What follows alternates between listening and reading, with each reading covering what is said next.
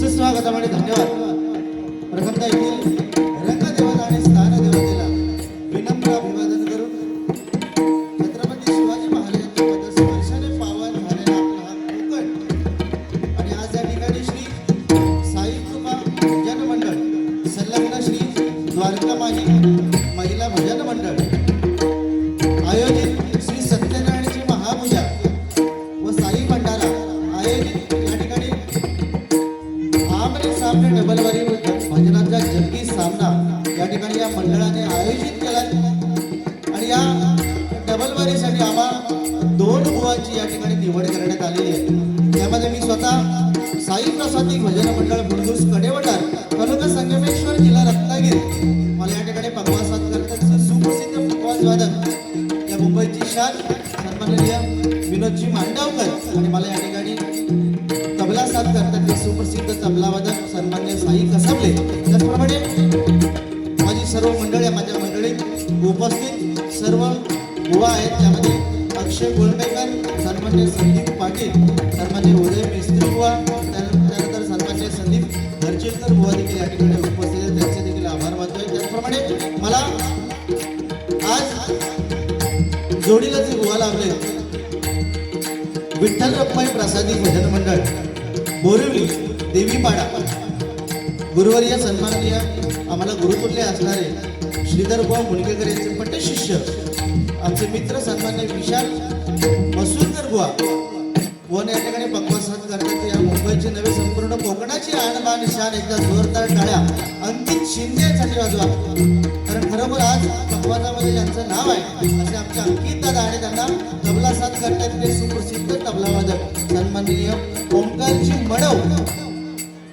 त्याचप्रमाणे या भजनासाठी अनेक मान्यवर बुवा या ठिकाणी उपस्थित आहेत. त्यामध्ये आम्हाला आमचे गुरुबंधू सन्मान्य किरण शिद्रू बुवा सन्मान्य आमचे मित्र संतोष जोईल बुवा त्याचप्रमाणे या मंडळाचे अध्यक्ष सन्मान्य ज्ञानदेव रहाटे सचिव राजा चव्हाण त्याचप्रमाणे खजिनदार दीपक वीर कार्याध्यक्ष संतोष रासम महिला अध्यक्ष सौ नम्रता घाडीगावकर महिला सचिव नेहा एकावडे त्याचप्रमाणे महिला खजिनदार सौ शर्मिला येंडे त्याचप्रमाणे या मंडळाचे सर्व पदाधिकारी सूत्रसंचालक सल्लागार त्याचप्रमाणे या मंडळात अनेक भजनी व अनेक नामवंत कलाकार आहेत. त्यामध्ये श्री दीपक उर्फ नाना एकावडे श्री संदेश मुळीक बुवा श्री अच्युत पारकर बुवा श्री किरण शिद्रुक बुवा सौ नेहा दीपक एकावडे त्याचप्रमाणे पुजारी श्रीमान अनंत घागरे त्याचप्रमाणे या मंडळाचे सर्व पदाधिकारी आणि महिला मंडळ यांचा अत्यंत आभारी आहे. आम्हा 2 बुवा या ठिकाणी भजनाच्या माध्यमातून परमेश्वराची सेवा करण्याची सुसंधी या मंडळाने प्राप्त करून दिली म्हणजे त्याबद्दल या मंडळाचे सर्व पदाधिकारी आणि महिला मंडळाचा अत्यंत आभारी आहे. त्याचप्रमाणे आमचा आवाज आज तुमच्यापर्यंत जे पोहोचवत आहेत ते सन्मान्य साऊंडवाले एकदा जोरदार टाळ्या आमच्या साऊंडवाल्यांसाठी वाजवा. कारण प्रत्येक जण आम्ही सांगत असतो की आम्हा 2 बुवांच्या आज नाड्या आज त्यांच्या हातात आहे मग तुम्ही काय घाबरू नको आमच्यावर थोडासा लक्ष ठेवा बाकी काय नाही. त्यांचे देखील आभार मानतोय. या ठिकाणी जमलेले तमाम रसिक मायबाप यांचे आशीर्वाद पाठीशी घेतोय. विद्येची देवता सरस्वती मातेला वंदन करतोय. माझी ग्रामदेवता आई कुंजाई चंडी नतमस्तक होतोय. माझे गुरुवर्य कोकण रत्न संतोष शिरसेकर बुवा यांचे आशीर्वाद पाठीशी घेतोय. संपूर्ण जगताचा आराध्य दैवत गणपती गजाननाला वंदन करतोय. भजन कसं करावं हे ज्यांनी आम्हाला शिकवलं ते कोकणातील पंचरत्ने कोकण कलाभूषण चंद्रकांत कदम बुवा भजन मार्शी परशुराम पांचाळ बुवा संगीत रत्न विलास पाटील बुवा चिंतामणी पांचाळ बुवा वामन खोपकर बुवा जयराम घाडीगावकर बुवा या सर्व पंचरत्नांच्या चरणाची नतमस्तक होतोय. धर्म कसा जपला पाहिजे हे ज्यांनी आम्हाला शिकवलं ते हिंदू धर्मरक्षक छत्रपती संभाजी महाराजांना मानाचा मुद्रा करतोय आणि परस्त्री माते समान मानणाऱ्या छत्रपती शिवाजी महाराजांना मानाचा मुद्रा करून या ठिकाणी हरिनामाला सुरुवात करतोय. जय हिंद जय महाराष्ट्र जय हिंद जय महाराष्ट्र जय हिंद जय महाराष्ट्र.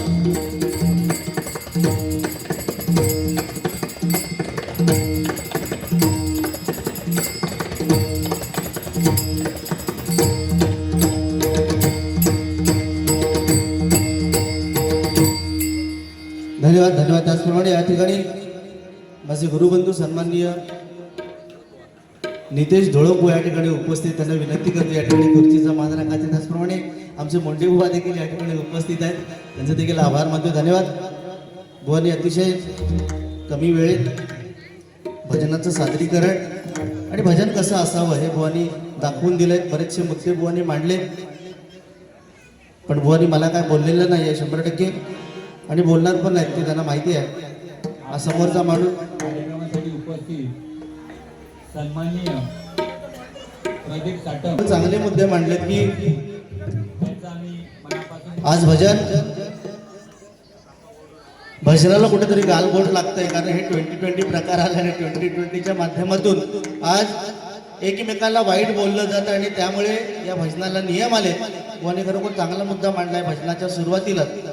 आणि भजन रूपावली, गजर, अभंग, गवळण हे आपल्या भजनातून आता अभंगापर्यंत बारीक क्वचित होते आणि त्यानंतर भजन हे कमी होतं. त्याच्यामुळे आज बुवांनी सांगितलं की परशुराम बुवांचं भारूड ऐकायचं तर आमच्या शिद्रुक बुवांच्या किंवा माझ्या तोंडून असं काही नाही. आमचे परशुराम बुवांचे अनेक शिष्य आहेत, माझे गुरुजी आहेत, आमचे हरियाण बुवा आहेत, अनेक मातब्बर बुवा या ठिकाणी आहेत. ते परशुराम बुवा जसे तसे गातात आणि आम्ही कुठेतरी आज प्रयत्न करतोय. परंतु आज बुवांची अशी इच्छा आहे की शेवटपर्यंत माझे 4 वाजले तरी मी भारूड म्हणावं, अशी तुमची इच्छा आहे काय?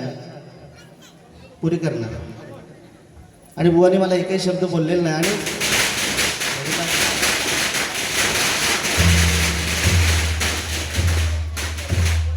हे आपल्या वेळीच फटाके वाजतात, तुमच्या वेळी फटाके वाजले नाही, लक्षात ठेवा.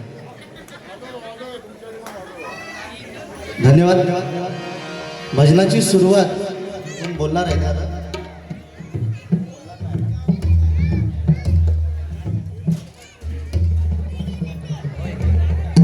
संपले इलेक्शन, आता जपा रिलेशन. समजलं? नाहीतर आपणच भांडत राहणार रात्रभर, त्यात उपयोगाचं नाही. कारण आता इलेक्शन संपलेलं आहे आणि आपली फक्त किंमत मतदान देण्यापुरतीच आहे, त्याच्या पुढे आपल्या किंमत नाही आहे, एवढाच आपण लक्षात ठेवचा. त्याच्यामुळे भजन करूया. आणि भजनाच्या माध्यमातून बुवाने मला एकही शब्द बोलला नाही आणि बुवा बोलणार पण नाही. बुवाने फक्त एकच सांगितलं की हा समोरचा माणूस जरा सावळा आहे. Point is point. सावळा जरी असलो तरी पण बुवा देवांचा देव हा काळा आहे, लक्षात ठेवा. त्याच्या पुढे तुमका सांगूची गरज नाही असे मला वाटतं. देवांचा देव काळवा, त्याच्यामुळे मी सावळा असू दे हरकत नाही. त्याच्यामुळे माझ्याकडे 3 हॉलिजन मारेल, लक्षात ठेवा. बघा तुम्ही एक अर्धो गेलेलो तरी पण माझ्याकडे 3 हॉलिजन का? माझा रंगच तसो आहे, त्याच्यामुळे हरकत नाही. रंगावर गेला सुरुवातीला हरकत नाही. भजनाची सुरुवात भजन रूपाने करूया. नंतर 100% भजनाच्या माध्यमातून मनोरंजन. बुवाने सांगितलं की बुवाने सांगितलं की पूर्वीच्या काळात जी भजनं व्हायची त्याच्यामध्ये 80% भजन आणि 20% मनोरंजन. आणि ही खरोखर सध्याची काळाची गरज आहे. आज तिकडे सुद्धा एक डबल बारी चालू आहे आमच्या युट्यूबर्स बांधवांची. सुधारतोय भजनाचा रंग. डेमेलो कंपाऊंड सांताक्रूजमध्ये 2 दिग्गज बुवांची या ठिकाणी डबल बारी आहे, ती पण पारंपरिक. त्यामध्ये आमचे सन्मान्य विजय परम बुवा आहेत आणि सन्मान्य लक्ष्मण गुरु बुवा आहेत. आज काळाची गरज आहे आणि आमच्यासारख्या तरुण बुवांना तर खरोखर ही काळाची गरज आहे की ही भजन संस्कृती आपल्या हातात आणि आपण ते टिकून ठेवूया. त्याच्यामुळे सन्मान्य किरण शिद्रुक बुवा यांना विनंती करतो या ठिकाणी येऊन खुर्चीचा मान राखायचा. भजनाची सुरुवात करूया.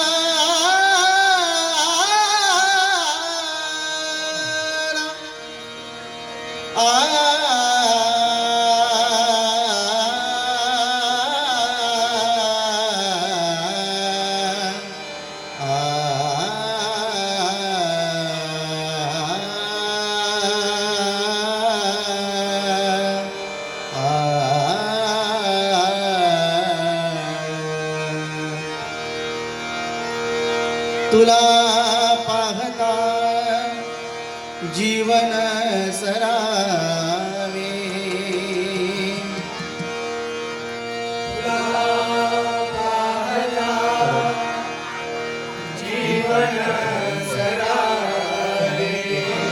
तुला पाहता जीवन सरावे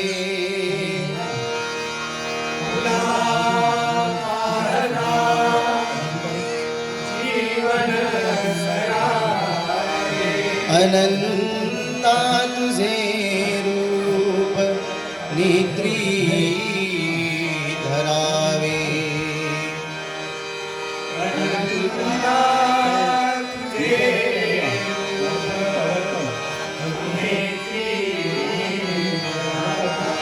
तुझे नाम ओढी तुझा ध्यास चित्ती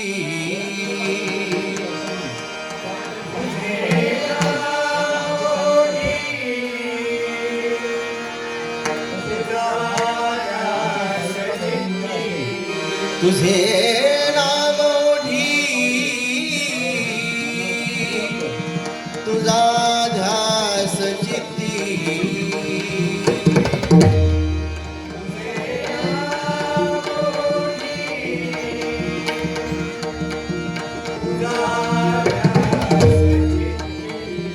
तुझ्या दर्शनाने मिळे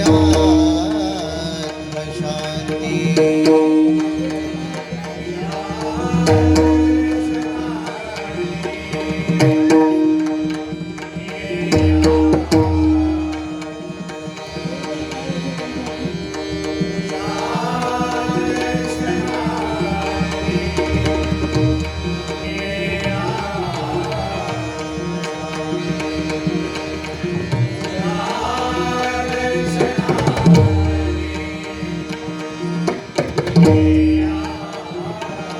कुंडली कवरदा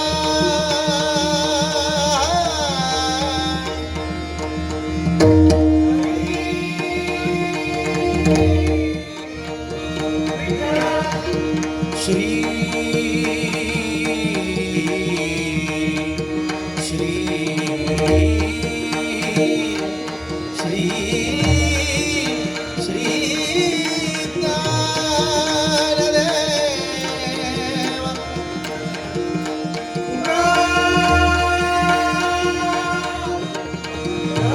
श्री पंढरीनाथ श्री गणपती गजानन प्रभु रामचंद्र प्रभु विश्वकर्मा जगद्गुरु दत्तात्रय सत्य संकल्पाचा दाता श्री सत्यनारायण श्री स्वामी समर्थ श्री साईनाथ परमपूज्य गगनगिरी सुरेव माणकेश्वर सुरेव पुणकेश्वर सुरेव रामेश्वर सुरेव सिद्धिविनायक बजरंग हरी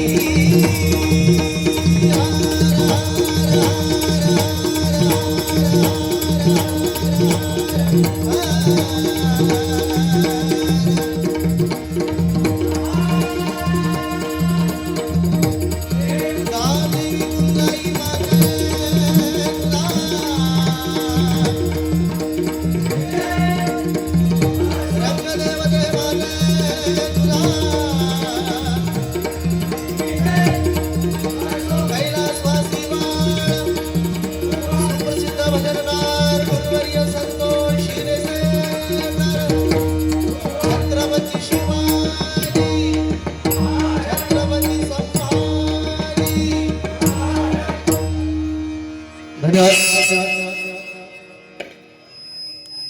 हे कानपाडात बसल्याचं झालं.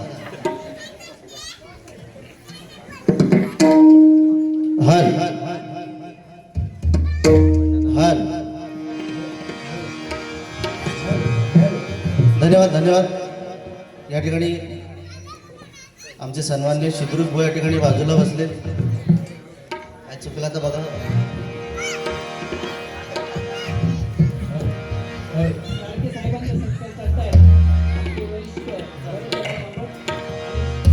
बुवाने खरोखर अतिशय चांगले मुद्दे या ठिकाणी मांडले आणि भजनाच्या माध्यमातून जे पोषक बोलायला हवं बुवाने एवढंच सांगितलं की कुठेतरी लिहिलंय खरं.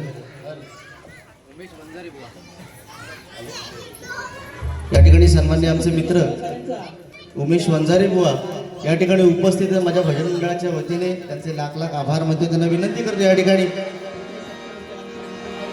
खुर्चीचा मान राखायचा आहे.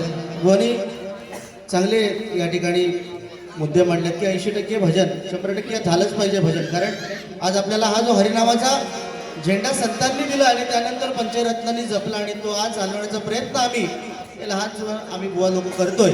आणि त्यासाठी भजन असणं आणि त्या भजनाला आज महिला वर्ग उपस्थित आहे. एकदा जोरदार टाळ्या आमच्या महिला वर्गासाठी वाजवा. बरोबर अतिशय. कारण मुळात ह्या मंडळाचा उद्देशच तो आहे. श्री साई कृपा भजन मंडळ आणि द्वारकामाई महिला भजन मंडळ. एकदा जोरदार टाळ्या ह्या द्वारकामाई महिला भजन मंडळासाठी वाजवा. आणि ती काळाची गरज आहे. कारण आता त्या लाडक्या बहिणी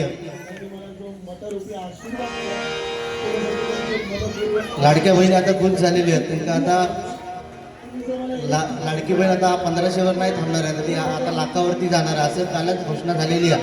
त्याच्यामुळे घाबरायची काय गरज नाही आहे. लाडक्या बहिणी का फक्त आमका थोडासा सहकार्य करावं एवढाच तुमका सांगतंय. आमका म्हणजे आपापल्या नवऱ्या आमका बक्षीस देवा असं मी सांगणार नाही अजिबात. बाकी बुवाने चांगला विषय मांडला आणि बुवा मला बोलू शकत नाही मला माहिती आहे. आज जरी बुवा इकडे जवळपास कामाला असं तरी माका ते बोलू शकत नाही. माका त्यांची हिंमत बाका बोलून दाखवायची. तुमची हिंमत माका बोलून दाखवायची हरकत आहे. भजनाची सुरुवात फक्त मंडळासाठी एकच सांगेन. कारण ह्या मंडळात आल्यानंतर बुवा बाहेरून आहे ना जेव्हा आम्ही आलो रिक्षातूनच्या वाटलं सगळा जंगला. पण आतमध्ये आल्यानंतर ही खरी भजनाची पंढरी आहे असं 100% म्हटलं तर वावगं जाणार नाही. एकदम जोरदार राळ्या. एवढंच फक्त म्हणेन की ना स्वार्थासाठी ना पैशासाठी ना पैशासाठी हे मंडळ झटतंय आणि फक्त हरिनामासाठी एवढंच फक्त सांगेन. आणि भजनाला सुरुवात करतो. बुवाने सुद्धा चांगले विषय मांडले की कैकेयीच्या शब्दामुळे प्रभू रामचंद्रांना बुवाने सांगितले कैकेयीच्या शब्दामुळे प्रभू रामचंद्रांना वनवास भोगावा लागला.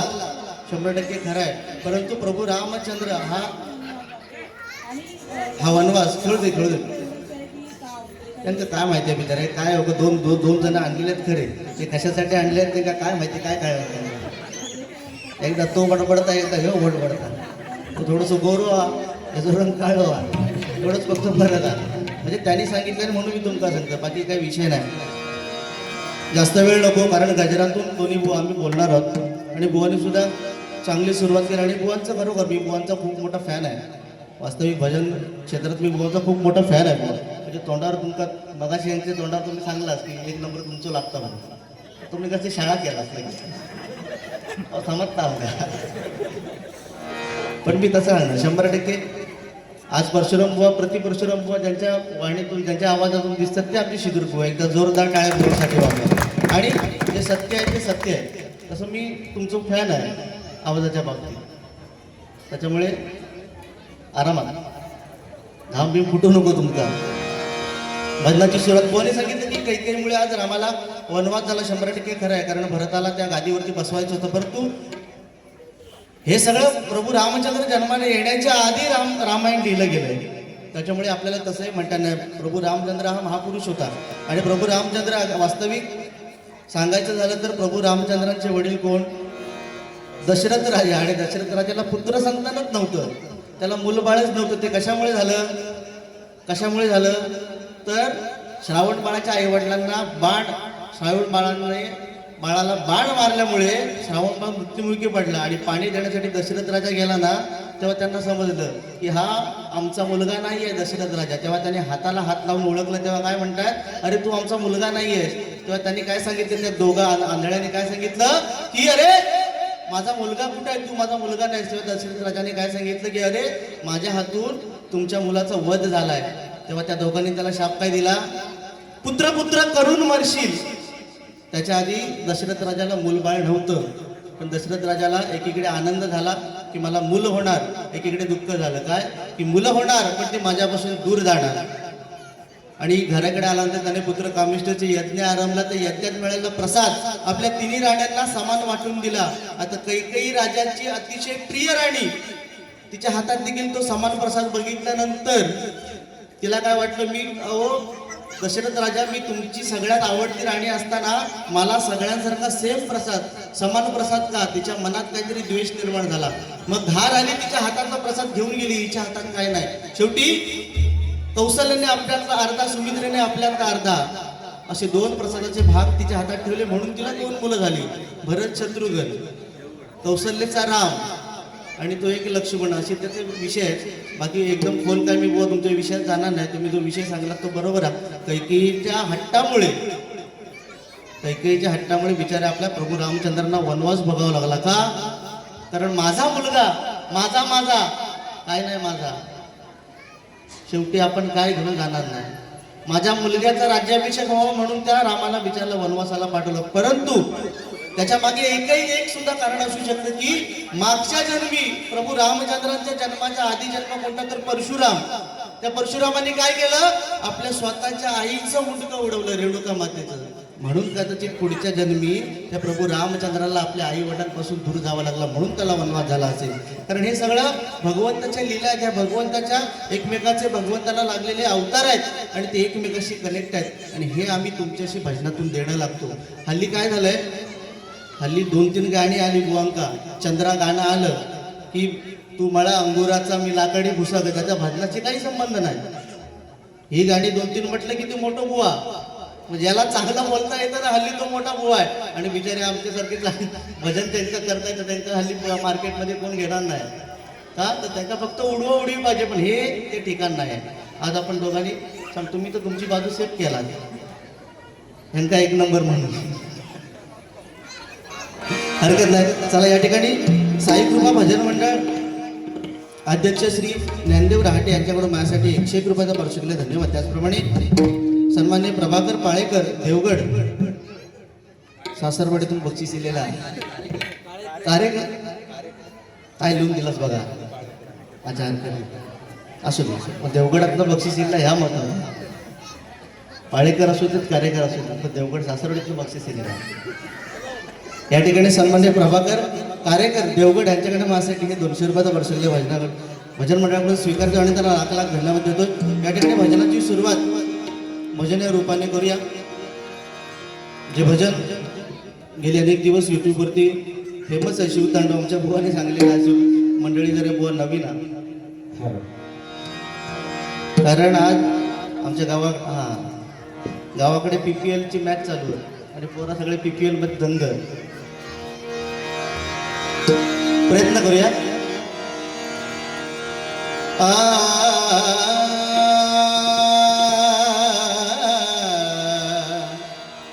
झळप या ना.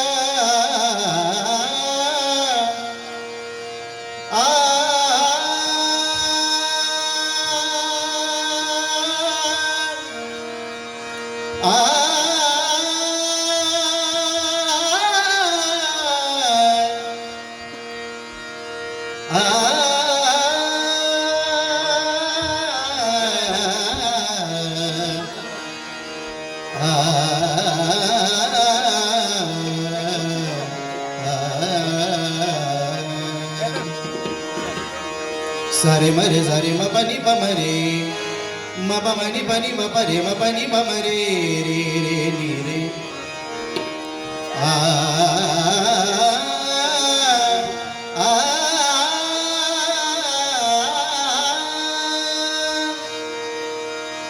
एका जनार्दनी गुरु परब्रह्मा एका जनार्दनी गुरु परब्रह्मा तयाचे पैना सदामुखी तयाचे पैना सदामुखी तयाचे पैना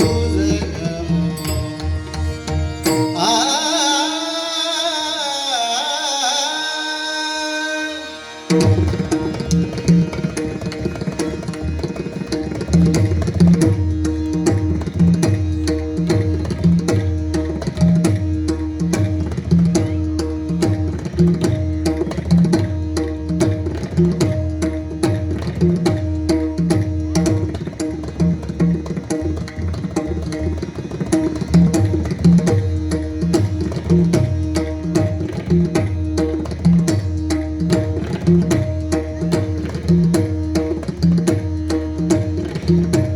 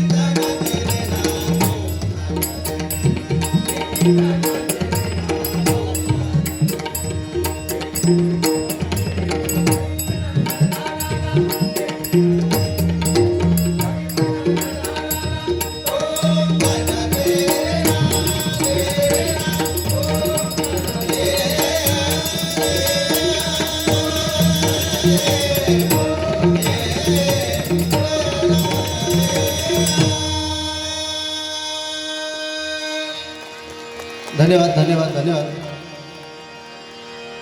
या ठिकाणी श्री संदेश मुळीक बुवा यांच्याकडून हे बंद पाकिट आलंय. धन्यवाद मंडळाकडून स्वीकारतो आणि त्यांना लाख लाख धन्यवाद देतो. त्याचप्रमाणे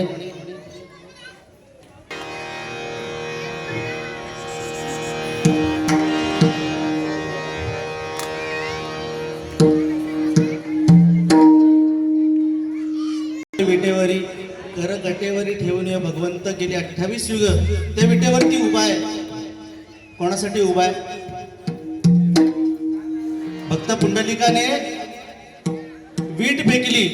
एक लक्षात घ्या मंडळी, ज्यावेळी अख्ख्या जगाचा मालक कोण आहे? पांडुरंग त्या भक्त पुंडलिकाला भेटायला आला. त्यावेळी त्या भक्त पुंडलिकाने काय केलं? आई वडिलांची सेवा करता करता त्याने काय सांगितलं भगवंताला, अरे मी आधी माझ्या आई वडिलांची सेवा करणार आणि मगच तुझं दर्शन घेणार. नाही ती वीट फेकली आणि त्या विटेवर गेली 28 युग भगवंत उभा आहे. म्हणजे आपल्याला त्या पुंडलिकाकडून काय शिकायचं आहे म्हणजे लक्षात घ्या मंडळी, त्या पुंडलिकाकडून आपल्याला काय शिकायचं आहे की ह्या कलियुगात जर आपल्याला करायचं आहे तर आपण आपल्या आई वडिलांची सेवा करणं खूप गरजेचं आहे. एकदा जोरदार टाळ्या आपल्या आई वडिलांसाठी वाजवा. कारण मंडळी आज आपण अनेक मंदिरात जातो, अनेक मंदिरं फिरलो तरी आपल्याला देव सापडणार नाही. फक्त एकदा सकाळी उठल्यानंतर आपल्या आई वडिलांच्या चरणावरती आपलं मस्तक ठेवलं तर 100% आपल्याला देव मिळेल. परंतु हल्ली आपल्याला वेळ नाही. आपण साधा आता विचार केला, एक मंदिर, आता हे मंदिर आहे आणि हा रस्ता आहे.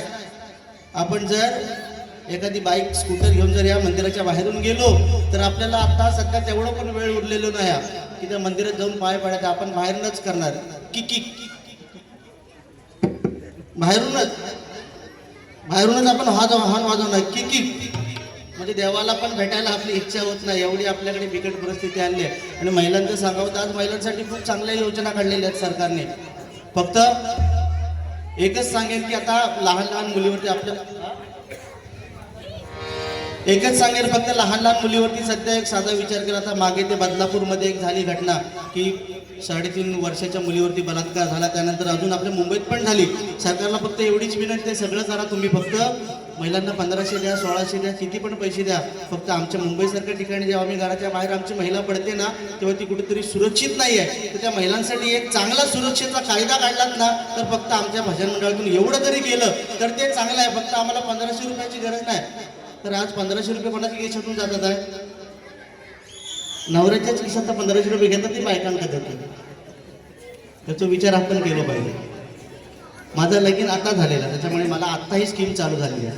ह्यांनी जवळजवळ 2-3 वर्ष त्या स्कीमचा लाभ घेतलेला आहे. त्याच्यामुळे तुम्ही अजिबात लिहून घेऊ नको, तुम्ही हिशोब करत राहा 1500 किती मिळाले आतापर्यंत. बाकी सांगण्याचं तात्पर्य, त्या दिवशी आता निवडणुका आताच होऊन गेल्यात आणि त्या दिवशी एक म्हातारा माणूस होता आणि ते बिचारे प्रचारवाले फिरत होते. तो बिचारा 2000 रुपये त्याने पाकिटात टाकल्याने त्या म्हाताऱ्यात देऊन गेलो. तो म्हातारा एवढं हुशार, तो म्हणता, हो माका तुमचे 2000 रुपये नको आहेत, माका एक काम करा, बाजारात जाऊन म्हणता गाडा विकत असेल तर घेऊन द्या. तर तो कार्यकर्ता त्याच्या काय लक्षात आहे ना, तो आपला बाहेर गेलो आणि बाजारात जिकडे तिकडे फिरूक लागलो. तर म्हणता गाडव बघितला तर म्हणतो 20,000 रुपयाच्या खाली कुठं गाडवत नाही. काय म्हणतं 20,000 रुपये दिले तरी गाडव येणार नाही. तो कसं दमलो फिरून बाजारात, तर परत त्या म्हाताऱ्याकडे येतो. म्हणता, अहो बाबा अख्ख्या सगळ्या बाजारात म्हणता फिरलं पण 20,000 रुपयाच्या खाली गाडवच कुठं भेटलं नाही. हे 2000 रुपये पाहिजेत तर घ्या. त्या तो बाबा सांगता, रे त्या गाडवाची किंमत 20,000 आणि माका तो 2000 रुपये देतो, माझी किंमत त्या गाडवापेक्षा कमी आहे रे. म्हणजे सांगण्याचं तात्पर्य काय, आपली किंमत आज आपणच कमी करून घेतलेली आहे. त्याच्यामुळे सगळ्यांनी व्यवस्थित राहावा, सगळ्यांनी चांगला करा. एआयचा जमाना आहे. एआय सगळ्यांना कपडे पण चांगला घालतात, पण तू कधी कपडे काढे सांगता येत नाही. त्याच्यामुळे भजनाच्या माध्यमातून आम्ही हे सांगणं गरजेचं आहे. आता तसा एक विचार केला तर आता हे सगळं भजन पूजन कीर्तन नामस्मरण आज कोणामुळे चालू आहे? फक्त आणि फक्त छत्रपती शिवाजी महाराज. एकदा जोरदार टाळ्या आमच्या महाराजांसाठी वाजवा. कारण आज आपल्या अंगणातली तुळस आणि या मंदिरावरचे कळस कोणामुळे जिवंत आहेत? त्या फक्त आणि छत्रपती शिवाजी महाराज. एकदा काय झालं बघा, काय झालं बघा, फटाके उडले. एकदा काय झालं की हिरकणी गडावर दूध विकायला गेलेली असताना, हिरकणी गडावर दूध विकायला गेले असताना त्या हिरकणीने काय केलं, गडाचे दरवाजे बंद होत आहेत हे बघितल्यानंतर ती कडा उतरून खाली गेली. आणि ही बातमी ज्यावेळी छत्रपती शिवाजी महाराजांना लागली तेव्हा दुसऱ्या दिवशी लगेच त्या हिरकणीला बोलवून घेतलं आणि त्या हिरकणीचा सत्कार कोणाच्या हस्ते केला असेल तर ज्यांनी रायगड बांधला त्यांच्या हातून त्या हिरकणीचा सत्कार केला. आणि त्या हिरकणी समोर त्यांना विचारलं, अहो तुम्ही तर सांगितलं होता की या रायगडाचे दरवाजे बंद झाले की शत्रू वरती जाणार नाही आणि मावळा खाली येणार नाही, मग ही हिरकणी गडा उतरून हा कड उतरून खाली गेलीच कशी? त्यावेळी त्या हिरोजींनी फक्त एकच उत्तर दिलं, काय महाराज, ती फक्त एक आई आहे आणि आईच आपल्या मुलासाठी एवढं करू शकते, म्हणून ती आई आपल्या मुलासाठी उतरून त्या खालपर्यंत केली, म्हणून आपल्या आई वडिलांसाठी जोरदार टाळ्या. बाकी काय नाही. आज छत्रपती, आज बरेचसे लोक काय करतात, बरेचसे लोक सुरुवात झाली की चंद्राचं गाणं म्हणणार, मग ते नवीन कुठं तरी गाणं म्हणणार. त्याच्यापेक्षा आपल्या पंचरत्नांची आठवण करून देणं खूप गरजेचं आहे आपल्याला. त्यांनी आम्हाला दिलेला हा वारसा आहे. आणि त्यांनी ज्यावेळी बसल्या बसल्या गाणं कदमबुवा जे म्हणायचे त्याच्यावर लगेच परशुरामबुवांचं गाणं तयार असायचं. परशुरामबुवा जे म्हणायचे त्याच्यावरती लगेच कदमबुवांचं गाणं तयार असायचं. ही जुगलबंदी त्यावेळी चालायची. परंतु आता हे राहिलेलं नाही आहे. आता भजन म्हणजे काय, फक्त मनोरंजन. बुवांनी सांगितलं खरोखर, आता 80% भजन त्यावेळी होतं आणि 20% मनोरंजन. परंतु आता ते राहिले नाही. आता परवाची तुम्हाला चांगली गोष्ट सांगतो. इथे अंधेरीत आता बुवा पण इथेच कामाला आहेत, माझ्यामध्ये आरे कॉलनीतच आहेत वाटतं. त्या दिवशी बरोबर शिफ्टमध्ये बुवा कामाला आहेत. त्या दिवशी आता मुंबईची एवढी आमची वाईट परिस्थिती आहे.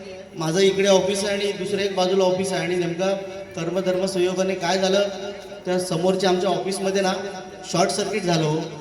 शॉर्ट सर्किट झालं आणि मंडळी लक्षात घ्या, एकदम दुर्दैवी घटना, असं कोणासोबत पण घडू नये. त्या समोरच्या ऑफिसमध्ये शॉर्ट सर्किट झालं आणि त्या ऑफिसमध्ये सगळे जळून मेले. फक्त एकच माणूस त्यातला वाचला. येऊन बघतो तर काय सगळं ऑफिस जळालेलं, सगळं राग झालेलं. कसा बसा कापत कापत आपल्या घरात आला. कापत कापत घरात आला, घरात बसला, डोक्याला हात लावून बसला. आता शेवटी आपला नवरा असा कापत काढला. शेवटी त्याची बायको समोर आली, एक तांब्यातून पाणी घेतलं आणि त्याच्या समोर आली, त्याच्या हातात पाणी दिलं. पाणी प्यायल्यानंतर त्या नवऱ्याला विचारलं, हो झालं तरी काय, तुम्ही एवढं कापत कापत आलात, कामावर आलात, तुम्हाला झालं तरी काय. तेव्हा तो नवरा सांगतो, अगं बाकी काय नाही, माझ्या ऑफिसमध्ये शॉर्ट सर्किट झालं. माझ्या ऑफिसमध्ये शॉर्ट सर्किट झालं. माझ्या बरोबर जेवढे कामगार होते ते सगळे जळून मेले. फक्त मी एकटाच वाचलो. हे ऐकल्यानंतर ती बायको म्हणते, हो माझं नशीब चांगलं म्हणून तुम्ही वाचलात. फक्त एका प्रश्नाचं मला उत्तर द्या की तुम्ही वाचलात तरी कसे. तेव्हा तो माणूस सांगतो, अगं बाकी काय नाही, तंबाखू म्हणता खाल्लं होता ना, तो म्हणता बाहेर थुकूक गेलो म्हणून म्हणतो मी त्या शॉर्ट सर्किट पासून वाचलो. म्हणजे सांगण्याचं तात्पर्य काय, हल्ली व्यसन करा असं मी सांगणार नाही, पण व्यसनाधीन आपण झालं नाही पाहिजे. व्यसन करा, कसलं करा व्यसन, हरिभक्तीचं, हरिनामाचं व्यसन करा. या ठिकाणी रूपाचा अभंग, ज्याच्यात भगवंताचं रूप दिसलं पाहिजे.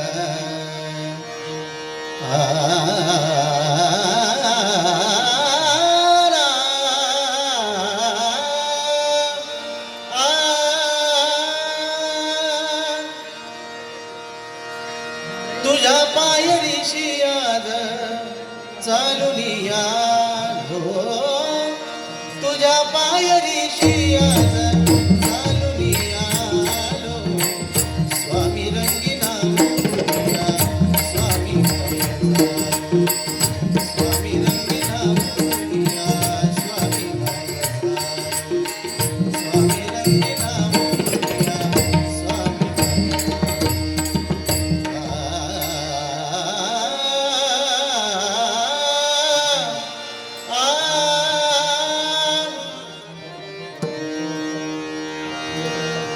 रे बाबा नि धब मप मगरे मगरे गणी जिंकण्याचा मोह नाही हारण्याचे भय नाही जिंकण्याचा मोह नाही हारण्याचे भय नाही स्वामी शक्ती ज्याचे पाठी वेदनेच्या सुखती गाठी स्वामी शक्ती ज्याचे पाठी वेदनेच्या सुखती गाठी सोबतीला नाही कुणी सोबतीला माझे स्वामी सोबतीला नाही कुणी सोबतीला माझे स्वामी गुणामध्ये सावली स्वामी दुःखामध्ये सुख हे स्वामी कष्टामध्ये बळ हे स्वामी वेदनेचा अंत स्वामी गुणामध्ये सावली स्वामी दुःखामध्ये सुख हे स्वामी कष्टामध्ये बळ हे स्वामी वेदनेचा अंत स्वामी गुणामध्ये सावली स्वामी दुःखामध्ये सुख हे स्वामी कष्टामध्ये बळ हे स्वामी वेदनेचा अंत स्वामी स्वामी सावळे सावळे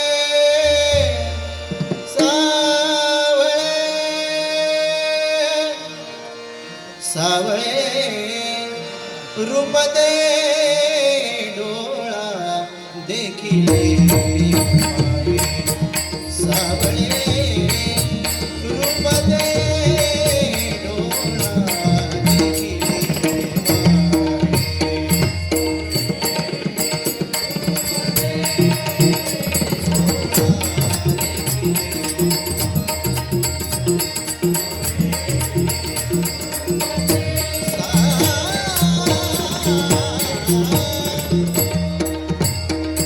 वागता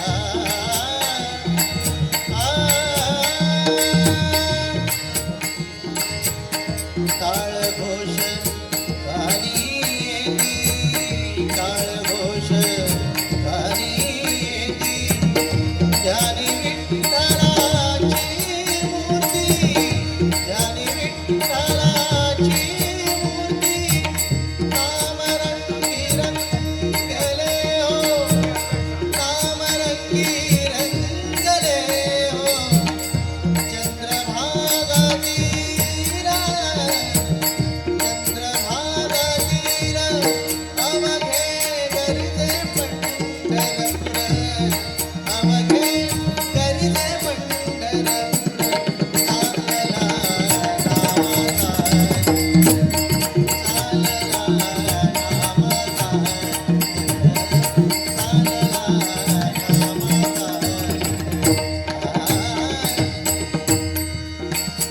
तुका म्हणे तुझे गुणगाऊ, तुका